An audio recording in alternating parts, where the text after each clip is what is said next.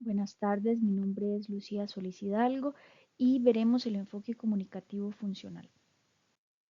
Ok, para entender las competencias comunicativas es cuando una persona logra realizar enunciados o mensajes de manera efectiva y óptima, tomando en cuenta un ambiente, el contexto en el que se desarrolla y que sea de manera flexible, ¿verdad? O sea, que haya respuestas y preguntas. Es las competencias, el término de competencia está ligado al saber, ¿verdad? Que es conocer, hacer y ser. Entonces, la importancia del lenguaje en este caso es la socialización, nos permite socializar, nos permite llegar a acuerdos donde exista un emisor y un receptor que realmente estén emitiendo sus mensajes de manera activa, ¿verdad? Escucha activa y también un mensaje que sea interpretado también por la otra persona donde permita colaborar entre ambos, donde permita interpretar, comprender, reflexionar. Entonces, la importancia del lenguaje nos lleva a estos espacios, ¿verdad? Em, para que se dé la competencia comunicativa se requieren ciertos conocimientos, que es atención, tomando en cuenta el contexto o el ambiente, las experiencias previas, que se desarrollen ciertas estrategias acordes en el aula como docentes que permitan comprender que ese conocimiento o ese desarrollo de esa habilidad siempre sea de manera espiral, es decir, que siempre haya una evaluación constante dentro de todo ese proceso.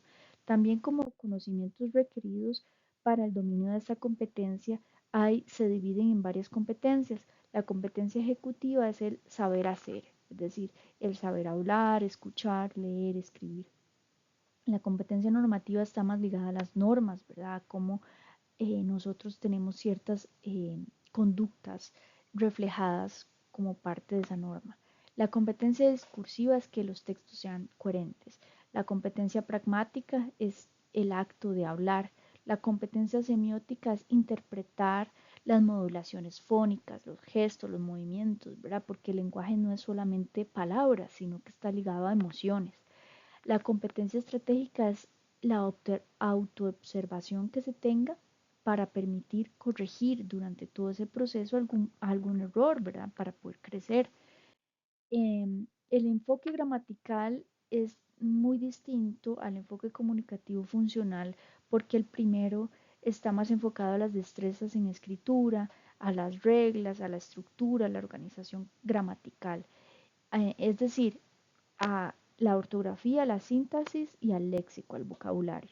En cambio, el enfoque comunicativo funcional está más enfocado a la comprensión lectora, a las estrategias de desarrollo de habilidades de texto, a cómo integrar esa semántica gramatical, ¿verdad? Que es importante la norma, el vocabulario, ¿verdad? Cómo se hacen esas normas eh, para poder hablar bien o escribir bien y que toma en cuenta la elección correcta del medio, del canal y del método, ¿verdad? Entonces, hay algunas diferencias entre ambas. Las destrezas a desarrollar desde el enfoque comunicativo funcional están ligadas, por ejemplo, a la comprensión oral, que la comprensión oral es el conocimiento previo que permite interpretar algún mensaje. Este mensaje debe ser de su propio interés y que esté relacionado con su medio ambiente, es decir, con su contexto. Y así se deduce un significado. La producción oral está más relacionada al vocabulario, es decir, a cómo comunicar ciertas estructuras complejas.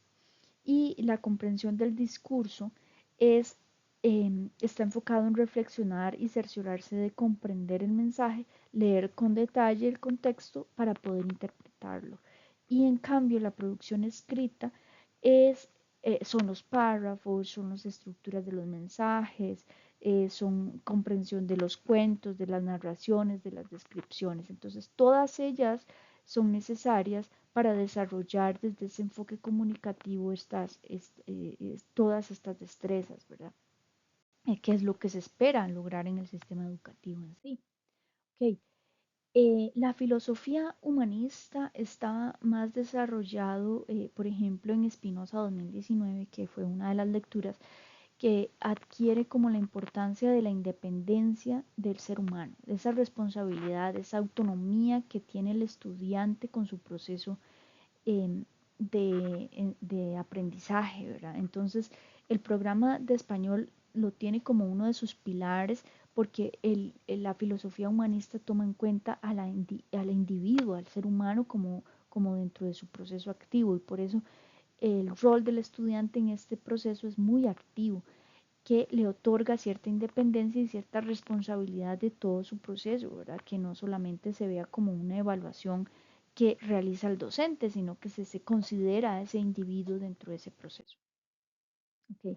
El papel de la persona docente en este caso es como un facilitador, una persona que pensó en qué materiales y recursos va a necesitar para desarrollar su clase y por ende la persona estudiante tiene un rol más activo, que se consideran sus necesidades propias del individuo, que le permite interactuar, socializar con su medio, es decir, no es un ente que solamente recibe información, sino que también lo construye a partir de ese proceso colaborativo que se pueda generar en clase.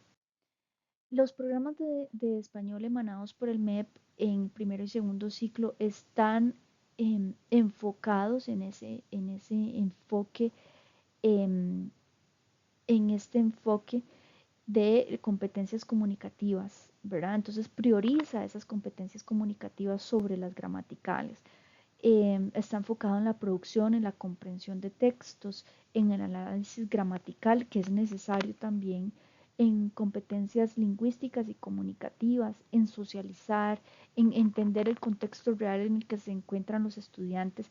Entonces es ese docente que es como un guía, ¿verdad? Como un facilitador de esos procesos y donde la evaluación se considera a nivel evolutivo, es decir, considera las etapas en las que se encuentran los estudiantes de manera secuencial para llevarlos a conocimientos más complejos.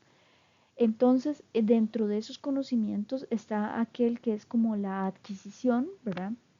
Que está muy ligado a sus conocimientos previos, porque ya se tiene un medio que lo rodea y eso es la adquisición. Y el aprendizaje es mucho más complejo, ¿verdad? Que se va tomando en cuenta durante todo el proceso y donde se proyectan las metas educativas en términos individuales y grupales. Okay. ¿Cómo la persona estudiante entonces aprende a leer y a escribir? Bueno, aquí se hace como un pequeño resumen de algunos autores que venían dentro de las lecturas eh, y entonces se creía previamente que los estudiantes conectan con habilidades del día a día, del cotidiano, a través de la lectura, la escritura, la expresión oral y la comprensión. Entonces, para ello se toman en cuenta ciertas destrezas previas, ¿verdad? Que van aunadas a ese aprendizaje que es más complejo. Entonces, ¿cómo se llega a eso? Con procesos planificados, con decodificación y decodificación de mensajes o de información. Se comprende, se valora, se interpreta y por medio de todo ello se hacen algunos refuerzos externos, ¿verdad? Que permiten como identificar si sí o si no se está llegando a un aprendizaje. Eh, al, al aprender a escribir se da énfasis más que todo en la comunicación y en el uso de la lengua, ¿verdad? A veces algunos autores se enfocaban en que la repetición también es necesaria. Sin embargo, existe una ciencia que es la neurociencia que nos da algunas claves para comprender cómo es que se aprende a leer o a escribir y está muy ligado a esa entrada visual de letras que se asocian como referentes sonoros que permiten integrarlos al circuito del lenguaje. Entonces, aquí se desglosan algunas etapas. La etapa pictórica, que es aquella donde se fotografían algunas palabras. La etapa fonológica, donde se decodifican grafemas en fonemas. La etapa ortográfica, donde se da un reconocimiento de palabras. Entonces, todas ellas inician por esa entrada visual de letras, ¿verdad? Y que luego se integran a ese lenguaje. Entonces, así es como se aprende a leer y a escribir, ¿verdad? Eh, es, es un proceso y es secuencial.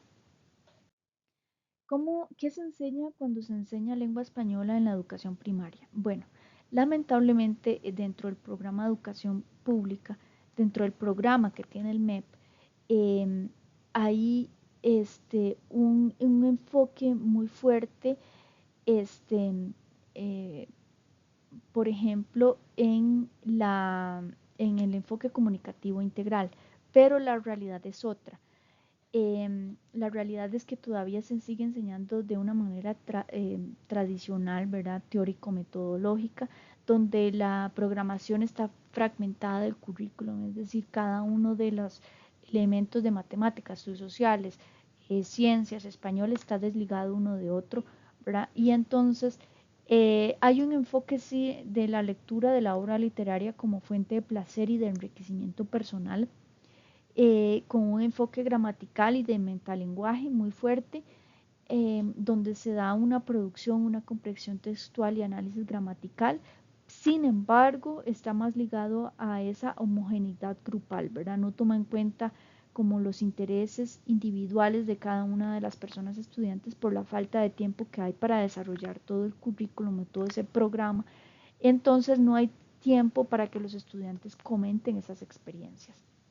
Entonces, ¿qué es lo que se debe desarrollar en las escuelas para que se impartan esas lecciones de español correctamente? Bueno, se debe motivar a los estudiantes por la lectura, ¿verdad? Que inicie por un interés real de ellos, una dedicación, ¿verdad?